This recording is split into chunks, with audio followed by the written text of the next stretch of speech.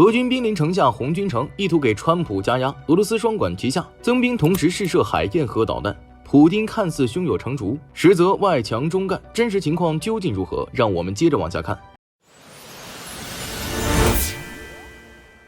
美俄总统即将在阿拉斯加会谈前夕，乌克兰东部战局骤然升级。俄罗斯军队在顿涅茨克州重镇红军城以北方向发起突袭，以小股步兵分队徒步渗透的方式，在短短1天内突破乌军防线纵深达18公里，远超此前预估的10至12公里。这个进展是自2022年9月乌克兰反攻突袭夺回伊久姆以来，俄乌战场最显著的推进，也再度把这座不起眼的工业小城推向了地缘博弈的风暴眼。与传统的大规模装甲突击不同，俄军目前的战术极具隐蔽性与欺骗性，他们并未动用坦克集群，而是派遣几十组2-3名士兵组成的轻装步兵小组，身披可遮蔽热成像信号的特殊斗篷，在无人机的实时引导下，沿着预设路线悄然绕开乌军主要防御工事和雷区，深入后方。这些小组由后方指挥部严格控制，任务并非立即占领土地，而是建立观察哨、伏击巡逻队，切断通信，并为后续部队开辟通道。这种偷袭打卡式的渗透，精准利用了乌军防线因长期消耗而出现的空心化弱点。红军城虽然战前只有6万多人口，却是乌军东部战区无可替代的后勤枢纽，多条铁路与公路在此交汇，是向前线输送弹药、燃料、食品和兵员的大动脉。一旦失守，不仅乌军在顿涅茨克的补给线将被拦腰斩断，斯拉维扬斯克与克拉马托尔斯克这2座顿巴斯地区最后的大型城市，也将被迫依赖遥远的哈尔科夫方向进行迂回补给，战略被动将急剧加剧，甚至可能面临被分割包围的风险。此次俄军的突破已使前锋逼近连接第聂伯罗与克拉马托尔斯克的 T0514 公路，一旦控制此路，俄军不仅能切断红军城与后方的直接联系，更能威胁到乌军整个北部战区的稳定。如果乌克兰不能在几天内夺回失地，俄军将迅速调遣无人机中继站、反坦克导弹和轻型车辆进入已战区域，届时乌克兰长期内难以保持该地区的控制，前线的连锁崩溃或将加速。泽连斯基证实，俄军已在红军城方向集结超过11万兵力，意图在此发动主攻。而此次突破暴露出乌军当前最致命的短板：人力不足。长期的高强度作战导致兵员严重短缺，许多预设的坚固防御工事和战壕因无人驻守而形同虚设，形成了可供俄军小股部队渗透的真空地带。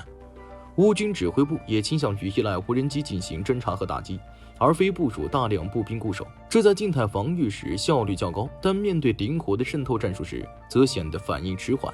面对危机，乌克兰总参谋部迅速作出反应，为此乌军紧急调动了最精锐的部队增援，由马里乌波尔保卫战的指挥官罗普科彭科上校指挥国民警卫队第1亚速军团以及第92独立突击旅、第4作战旅等主力部队，以火速抵达前线，并在多布罗皮利亚克拉马托尔斯克公路附近建立新防线。同时，第15炮兵旅也已完成部署，对渗透之敌实施持续的火力压制和精确打击。普罗科彭科上校在2022年初的马里乌波尔保卫战被俘，1年后交换战俘被释放，重新回到乌克兰指挥作战。分析普遍认为，这次军事行动绝非孤立事件，时间点选择极具政治意图，在美俄领导人峰会前夕发动攻势，是典型的战场施压策略。俄罗斯试图通过制造新的领土突破，向乌克兰及其西方支持者传递一个信号：莫斯科有能力在战场上持续取得进展，从而在谈判桌上占据更有利的地位。历史已有先例，在2014年和2015年的明斯克协议谈判前，俄军均通过大规模军事进攻获取了更多领土，以此作为谈判的资本。另外，普丁希望以换取其他地区停火为条件，要求乌克兰从顿巴斯撤军。若能在峰会前实际控制红军城以北走廊，普丁便能将这一既成事实作为与川普讨价还价的重要筹码，试图迫使美国接受有利于俄罗斯的停火方案。然而，俄军的胜利远非定局，这种纯步兵渗透战术虽然出其不意，但也极度脆弱。深入敌后的小组缺乏重火力支援和持续补给，完全依赖无人机空投物资，后勤链极易被乌军反制。一旦乌军组织起有效的机械化反击，这些孤立的突击队很可能被迅速包围歼灭。目前乌军已宣称挫败俄军35次进攻，并正在系统性的清理渗透部队，战场主动权仍在争夺。这场战役表面是战术突破，实则是双方意志、后勤与消耗能力的终极较量。对乌克兰而言，守住红军城不仅是军事需求，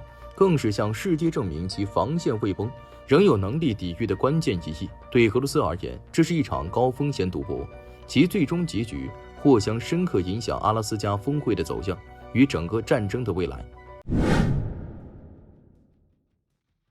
俄罗斯又要搞大动作了。据航行通告与多方卫星图像显示，莫斯科正准备在新地岛试验场再次试射所谓的革命性武器9 M730海燕核动力巡航导弹。在川普与普丁即将在阿拉斯加举行和平峰会前夕，俄罗斯新地岛实验场的空域突然被划出一条500公里长的禁区，外界据此推测，莫斯科可能正准备再次试射其神秘的海燕核动力巡航导弹。这一时间点的选择，与其说是展示实力，不如说是一场精心策划的为峰会增添紧张气氛的心理战。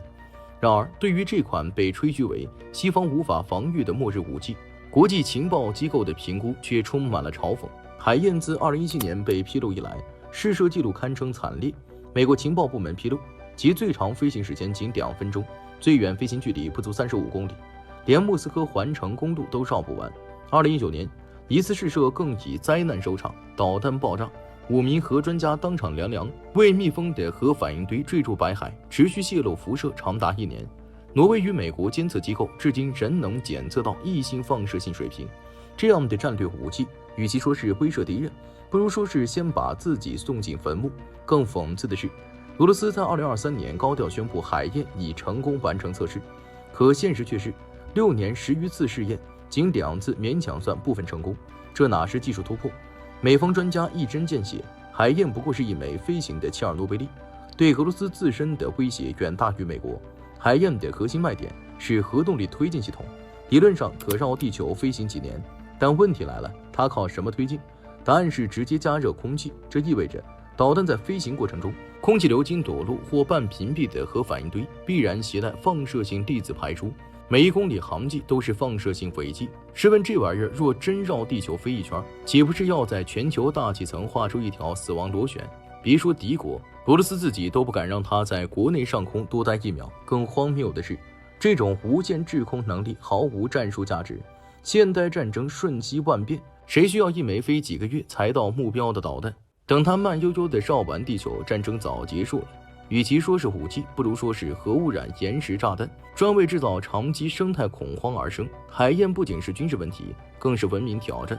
冷战时期，美国冥王星计划曾构想类似武器，但最终因道德与环境风险被放弃，而俄罗斯却执意执行。俄罗斯宣称，海燕可从任何方向低空突防，突破美国反导系统。然而，巡航导弹亚音速飞行，飞行轨迹可预测，滞空时间越长越易被追踪，早已是军事常识。美国 WC-135R 核侦察机已多次逼近新地岛，随时准备捕捉放射性踪迹。一旦海燕升空，无异于自带 GPS 定位的活靶子。况且，现有洲际导弹和核潜艇已足以确保2次核打击能力，何必多此一举开发这种高风险、低消费比的怪胎？答案或许是，普丁需要一个西方没有的神话，来掩盖俄罗斯在常规军力上的全面落后。今天的俄罗斯技术实力究竟如何？在3年半以来的俄乌战争中，早已露了个底儿朝天，唯有靠末日武器的幻觉维持大国体面。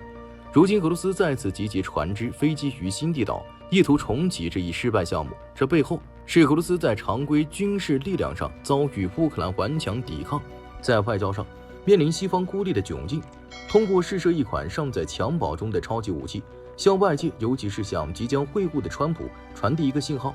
我依然拥有改变游戏规则的王牌。但这种核大爆外交早已失去了冷战时期的威慑力。在全球目光聚焦于乌克兰和平进程的当下，一次注定失败的导弹试射只能被视为一种虚弱的虚张声势。它非但无法为普丁在阿拉斯加的谈判桌上增添筹码，反而可能暴露其技术上的捉襟见肘。这场在新地岛的烟火秀，最终可能只是为这场备受瞩目的特普会增添了一丝荒诞的背景音。